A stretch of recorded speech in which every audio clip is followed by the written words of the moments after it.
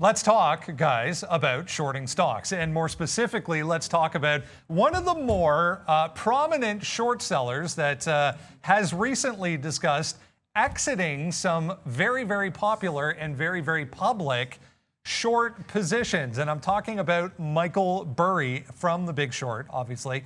We've talked about it numerous times. He came out recently. There's a whole bunch of articles.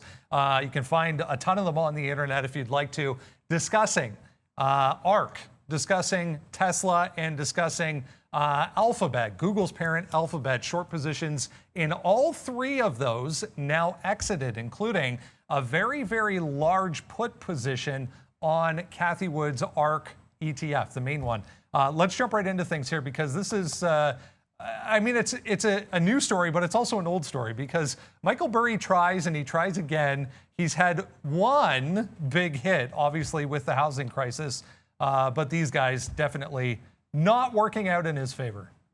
So the thing about it is, and you know, when you talk about something like the housing crisis, like everyone knows the Black Swan by Nassim Taleb, who's I think he's brilliant. And the truth of the matter is, those are like a Black Swan's a Black Swan for a reason because you don't see it coming. So the notion that somebody who obviously did the work and was able to dig out something that nobody could see coming that was so systemically big.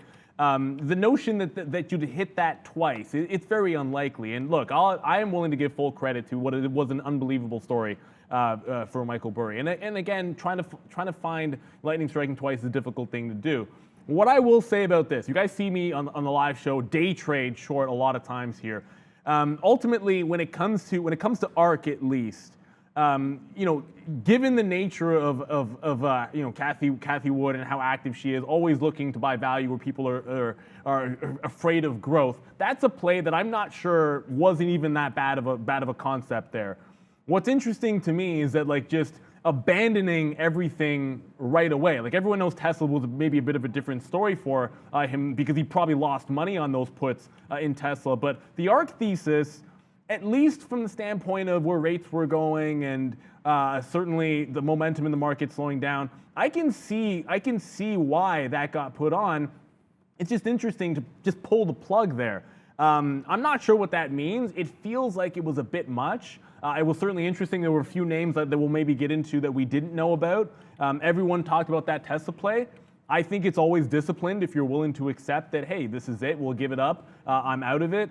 And also, candidly, if you're going to be playing something like a Tesla to the short side, doing it in options probably makes a heck of a lot more sense to be able to control your losses. So I'll give some credit there as well. But obviously, this is it's an interesting thing that you would give up that so easily, I think, or so suddenly is a better way to think about it. I don't know. I mean, you guys all know my opinion on Michael Burry and the things that he says. I mean, shorting, you know, calling crypto a short, you know, what, 100% ago. So, I mean, that's not that. And then what about, he closed his trade for the quarter. So when do you normally close your trades? Every quarter, right? Shouldn't it be October 31st? I'm not sure when the quarter ends, but what was that? Yeah, the third Friday. No, I know that, but I'm just wondering when is he closing? He said for the quarter it's now closed. So the point is that, so what? He was shorting all of this? And then where exactly did he close it? I mean, I just find that without some more information, I don't know whether to give this guy respect or not. We do know that he's long CVS. There's a few other names in that article that he's going to be long, and CVS seems to be working. But again, until we know more details about it, I know he had a great trade on GME, did some work on that as well. Got out of that way too early, obviously. We actually had a video on that trade for him as well. But I don't know what to say here, Brendan, other than the fact that I don't follow Michael Burry, and I don't think anybody really should. I think it's very, very important to know your own book, trade your own methodology, and go from there. Because if I don't understand something, then I can't really follow it. And I really don't understand the Tesla short. I mean, I understand it once it goes parabolic like this on the daily chart. But, you know, before then, I mean, this thing is just ripping faces off all year.